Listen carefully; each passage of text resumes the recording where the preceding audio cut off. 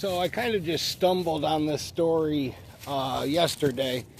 Sean Kingston's mom, the mother of the talentless singer, entertainer, dude looks like the fucking black version of the Kool-Aid man, got sentenced to 5 years in prison for scamming people out of like $1 million or defrauding people, you know. And she's in front of the judge saying how sorry she is. She had to do it because blah, blah, blah, blah. You know, I just don't think people realize sorry doesn't mean shit to people. You know what I mean? If she would have probably said, 5 years compared to what you were facing is a gift. You know, but if she had said, you know, I take full responsibility for what I did. I'm an adult. I'm ashamed of my behavior and meant it. Whatever you sentence me to, judge, is more than fair.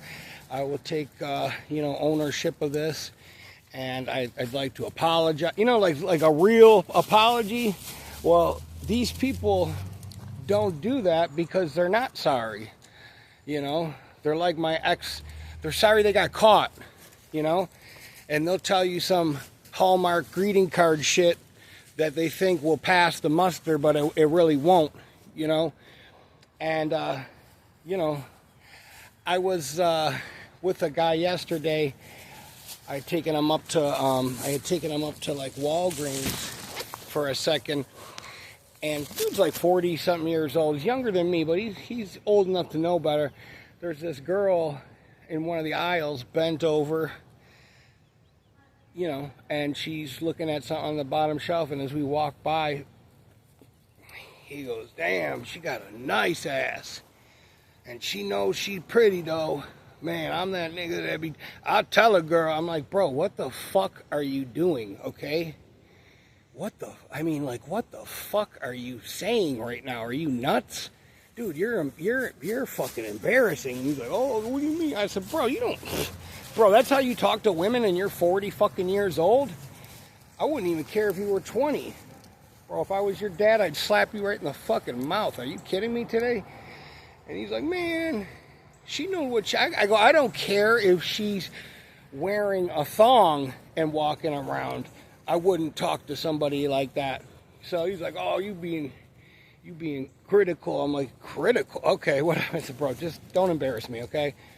So we go back to the house, and this one dude, he's an older dude, and he's talking to some of the younger kids, and he's got some really, like, some of the dudes that live next to me are, you know, they're older guys. They've been around. They've been in jail. They've gotten their lives together, and they're talking to some of the younger kids, and while we're driving up, he's like, yeah, man, I ain't letting nobody fucking preach to me. And I just said, note to self, you know, you're 40-something years old. You can't even get a job washing dishes.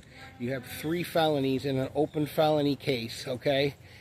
You have a baby with a girl. You have 3 babies with 3 different people, and you're talking about, like, you know, I don't need to hear nothing from no, bro. Obviously, you got your shit together. Obviously, you know what I mean. You know, you got your shit together. You got no money, no car, no nothing, no future, and you're talking like I don't need to hear anybody's advice. Well, that kind of just was like a metaphor for like how I feel about the world when you're trying to tell them something and they just don't want to hear it. It's like, oh, okay, well, you know, like, you know, the problem, until I realized that I was the problem and I needed help beyond what, if I could do it in my own strength, I would have.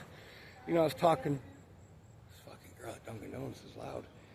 I was talking to a girl at the gym from Pennsylvania, and she was talking about how everybody at home is addicted to pain pills, and I just said, well, God delivered me from that.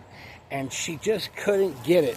You know what I mean? Like, she just couldn't get it. And a lot of people don't because they don't want to hear it. She's like, well, God gave you the strength to do it, but you did it. And I'm like, I wanted to say, well, let's fundamentally break that down. I couldn't do it by myself. God gave me the strength to do it, but you did it. there's so many little like you know, it's almost like when a guitar's out of tune, even a person that doesn't play guitar can hear it. It's almost like she heard what she said, but just was too proud, just like that other dude was, just too proud to go, you know, because they have no way to, like, you know, like even understand it, because they think what they're doing with their lives, which, you know, is living a lie. You know, a lie sounds like an out-of-tune guitar. It might not to the player. He might try to just keep, he might just kind of just keep playing that song, but you're playing a song that don't sound right. It don't sound right to your family. It don't even sound right to you, but you continue to play that shitty guitar that's missing a string and ain't even in tune. And I don't know, man, I am just fundamentally just whacked out of my skull when I just can't even fathom the ignorance and pride and proudness of people that are obviously living like a very like shit existence. You know what I mean? And they just have not, I don't know, they just, I guess you know, I was listening to a guy today who was talking about, he goes, I don't want to be sober. I want to be mostly sober, which I kind of respect hearing that from somebody, because a lot of people won't say that. You know, he's like, I want to be sober from opiates. I don't mind smoking pot and drinking. Well, man, listen, you're an adult. Do you, you know?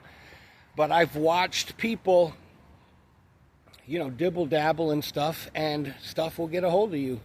And I'll just tell you, I have no problem. I don't really need to explain anything to anybody, but as part of my testimony, unlike Hulk Hogan's testimony, which is just some lukewarm bullshit that the average person will hear, it's kind of like when your mom and dad know you're doing drugs or stealing from them and they don't confront you because they just don't want the headache, or they just don't want to even confront it. That's how like Hulk Hogan's testimony is. People just don't want to, or they just go, you know, they have zero spiritual discernment that they just go, oh, sounds good, you know. So I don't know the purpose of this video, but I just find myself going, the more time I spend by myself, the more I feel better about everything, you know. As soon as it's very few and far between, even on these videos, the amount of people that, you know, I would say 100 people watch this, maybe 2 or 1 person, you know, will get the gist of this and put it into practice and go, you know what, I've got to do something else. I've got to do something else. This is not working. And the majority of people will just keep, you know, it's like banging your head against a rock and going, I know if I keep banging my head against this rock, eventually this shit's going to turn into, you know, smaller rocks or dust. I'm going to make a dent in this. And you're like, yeah, well, they have hammers and tools. Well, Jesus and salvation and forgiveness and repentance and prayer is the tool. You know what I mean? You can't do it yourself. If I could have got gotten sober myself, are you kidding me? Do you think I would have spent 10 years addicted to pain pills? That's ridiculous.